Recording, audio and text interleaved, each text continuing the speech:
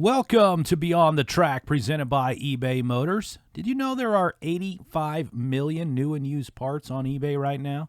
If you have a project for your street car or your race car, it's there on eBay Motors. And be sure to download their new mobile app and get in tune with alerts for those specific parts you need. Once again, that's eBay Motors. I'm Sean Stewart with the U.S. Motorsports Association, and we are America's grassroots racing advocate. You can learn more about how we protect and promote all forms of racing by going to saveracing.com. That's saveracing.com. So last week we continued on with the eBay Motors Support Grassroots Racing Tour. We stopped into the U.S. Nationals NHRA drag racing event at Lucas Oil Raceway in Indianapolis. And while there, we were able to sit down with two of our USMA ambassadors, Mike Hepp and Glenn Moore. Mike and Glenn have a program called Racing for Recovery. They're drag racers, and they run this program, and they go all out. The name of their race car is actually called Recovered Alky. And these guys are the real deal. Both have absolutely incredible life stories. You can go check them out at Mike Hepp Racing for Recovery online and read their stories, and it will truly blow you away. These are guys that have come from near death to recovered addicts that now own a drag racing team and are drag racing all over the country. If you're struggling with addiction, or you know someone who is, stop what you're doing and take the next 15 minutes to listen to Mike and Glenn. Like I said, they are the real deal, but they've got real solutions, and they come at it from a very real perspective. They come at it with some humor, but they also come at it as this can be fixed. There are solutions out there for you, and they are an open book, believing it to be their life's mission to help others get the treatment that they need. I caught up with Mike and Glenn when Mike was just in between qualifying runs at the U.S. Nationals. Let's take you out to Lucas Oil Raceway, where we sat down with Mike and Glenn. So tell me a little bit about Racing for Recovery. I mean, we see a lot of things here at the track, from Wounded Warriors to cancer programs, all great. But tell us a little bit about Racing Recovery, because this is personal for you guys, isn't it? Yeah, it was born out of a vision we had in 2011. Mike Hepp Racing for Recovery is the first motorsports team to provide solution-based recovery to those struggling with drug and alcohol addiction.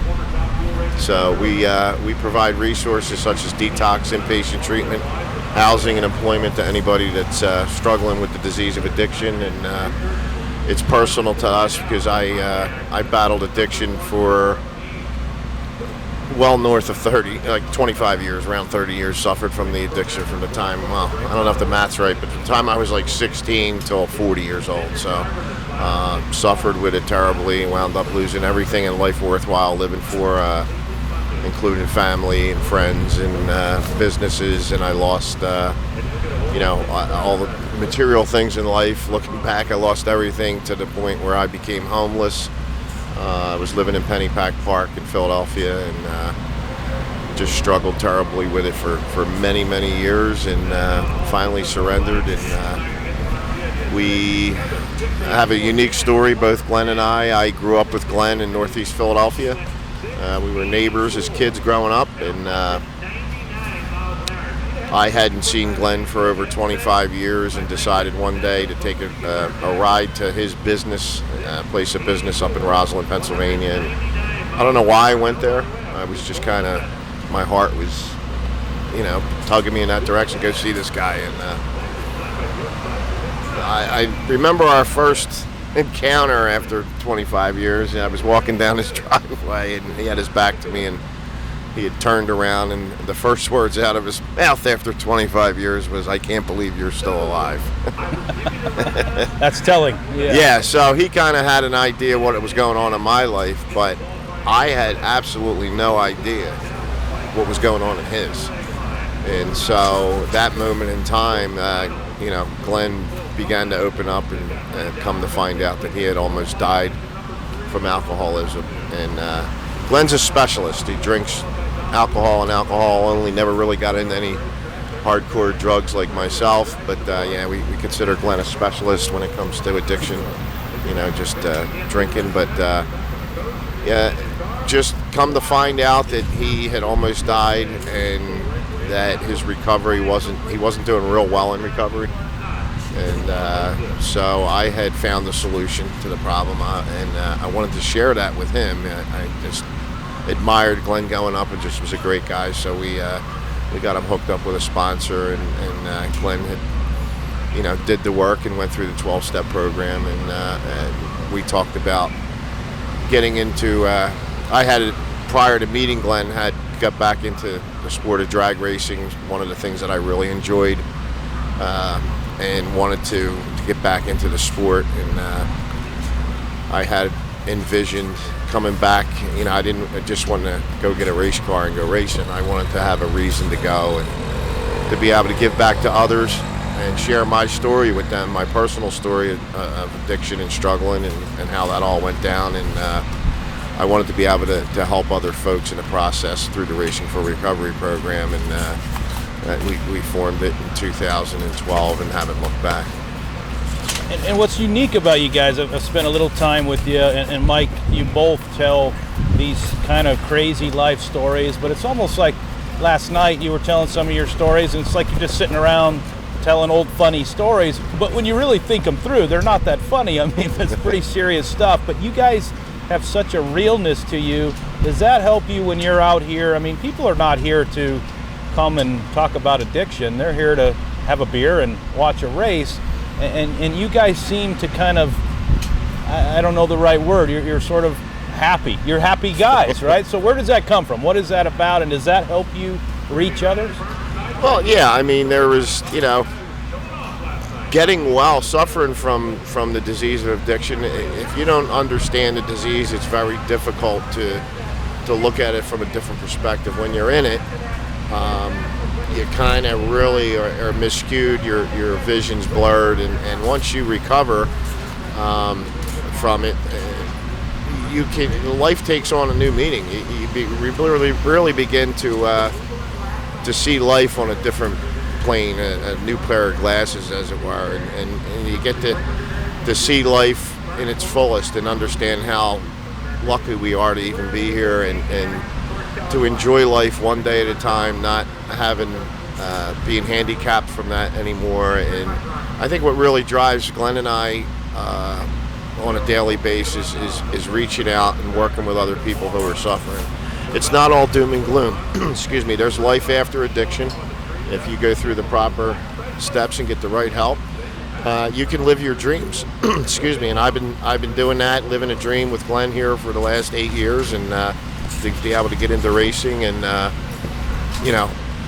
reach out to other folks and help them.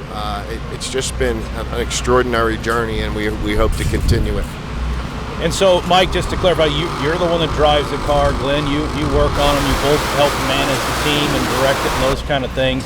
Glenn, maybe you can tell us, some of the real life stories. What happens even at the track? Are there, it's not just a logo on a car and a raising awareness kind of thing. You guys are engaging in conversations. I know both of you had dropped whatever you're doing.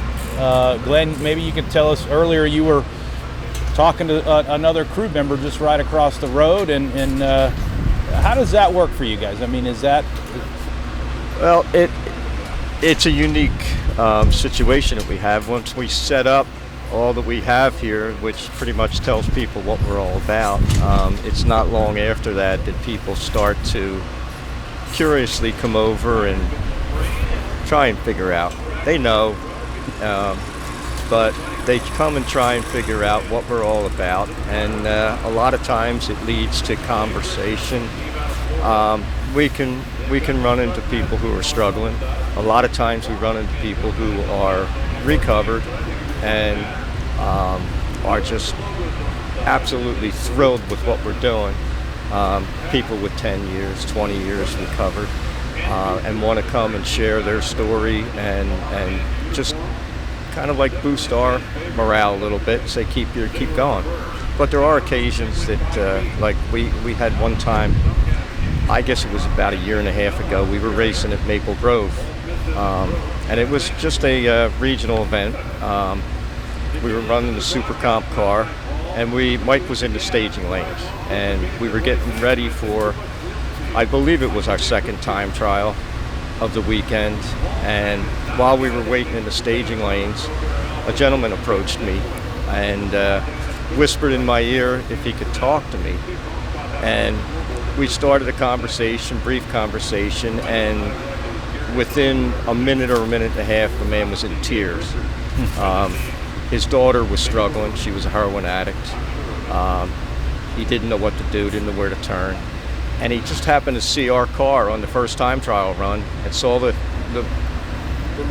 name on the side of the car, put two and two together and said, I gotta find these guys. So in talking with him, I could see the desperation in his eyes and just by the way he was speaking. And I leaned into Mike and I flipped his visor up and I said, you need to talk to this guy. So we're literally 3 cars from our second time trial on the staging lane, and he unbuckles and gets out of the car. Wow. And we spent well over a half an hour speaking with this man.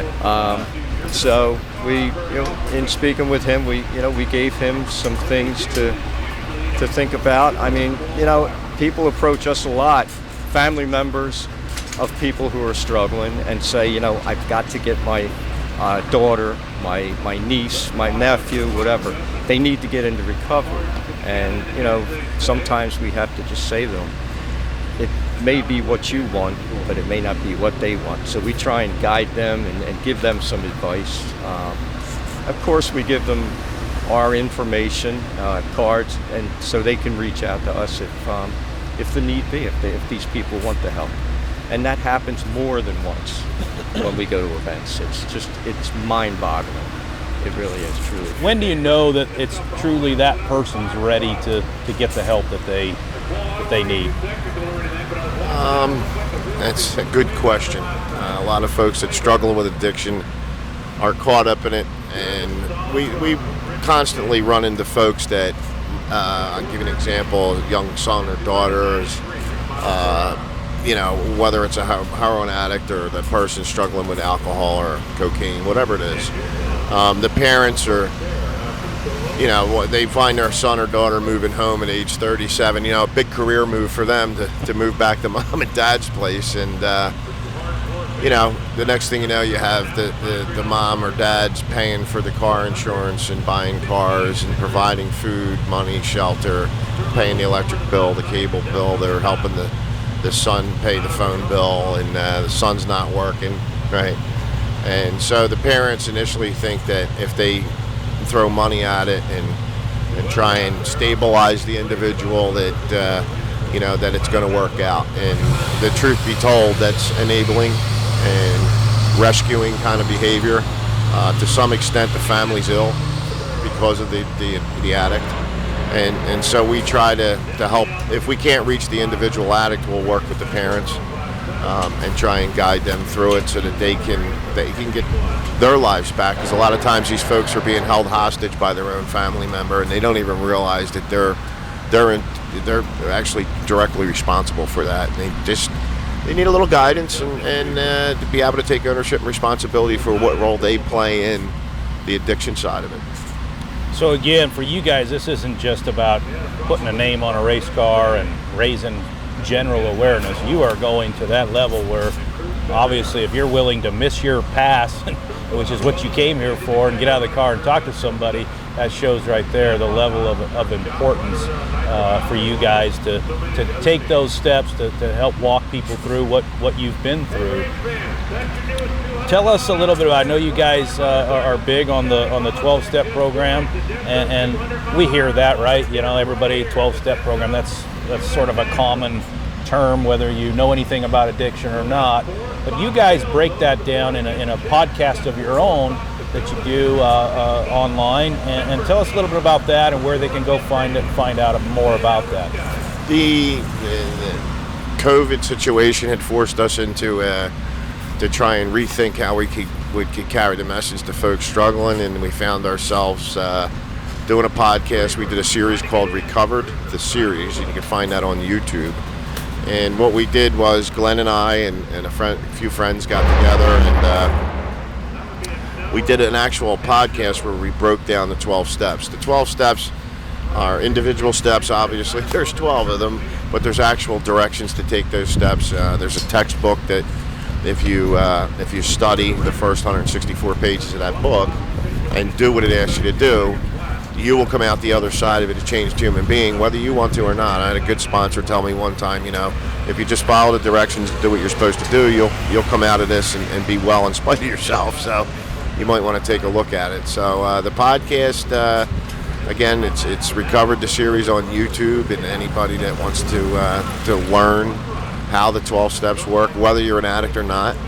I want to emphasize that this 12 steps are for anybody. Right? Alcoholism, I always say, alcoholism or drug addiction is really just your ticket to the show. There's underlying issues that are going on that get dealt with through the exercise that they asked you to do through the 12 steps, and once you do them, it becomes blatantly clear to an individual if it's done correctly that they change as a result of it, and pretty awesome. That's what I think is unique about you guys, is that you've got real serious stories, but you're here in a fun environment. You're breaking down some of those barriers, and really, your goal is one by one helping those people, and that is phenomenal work. So we appreciate what you guys do. And where can we go to learn more about Racing for Recovery? You can go on the web at www.mikeheppracing.com or Mike Hepp Racing, the letter number 4 recovery.com. You can go on YouTube, check us out. We're on Facebook, Twitter, Instagram, YouTube, and LinkedIn. Okay, so I'm going to switch gears on you a little bit, and this is kind of a question for you, Mike. A lot of us watch drag racing, but very few of us on planet Earth actually sit in one of these cars and go down that track. So walk us through, you're here now, you're relaxed, but walk us through staging. What is your mindset? What happens from there to the green light to the end of the track down there? It's every time you get in one of these cars, it's a really big moment. It's special to my heart when we get in this car. We're just have recently stepped up to the top alcohol dragster class, which is a really tough class with some amazing drivers, and I'm just honored to be able to be a part of that. And these cars run, on a good day, if you have your act together, 280 mile an hour, a little over 5 seconds, and it's a handful. But when I get buckled into the car, I think what's really unique is most people I think a lot of folks in addiction can relate to it. I have a lot of noise in my head on a daily basis, and my head's constantly going, and that noise you just heard settles it down. But when I get in the car, everything stops in my head, and I'm concentrating on staging correctly, getting the car up to the RPM it needs to be up to, shifting correctly and getting to the end of the line without getting out of the groove. And it's only 5 seconds. We spend hours and hours and hours in the pit to prepare for a 5-second run, and it's a really big moment when that happens. And I'm still in awe that I'm in Indianapolis at the Big Go, and that we've had the opportunity to be even part of this sport, and the NHRA organization as well. I mean, it's just a family-oriented sport, and I have my family at home in Pennsylvania, but I have family here at the track, and it's just an amazing organization, and it's just an awesome program, and we're here to try and help as many folks as we can. The racing is secondary for us, like you had mentioned. Our primary purpose is to come out here and be of service to those that are struggling with drug and alcohol addiction. Yeah, and it's, again, I can't emphasize enough, just being with you guys. They're not just saying it to say it. you guys are the real deal, and you really are changing lives, and to the tune of you're being pretty humble in your talk. But there are hundreds of people impacted by what you're doing, and we appreciate it. Best of luck to you, and we'll post some stuff up online as well to make sure everybody can get over to your podcast and to your website. So Mike and Glenn from Racing for Recovery, thanks for sitting down with us. Thank you.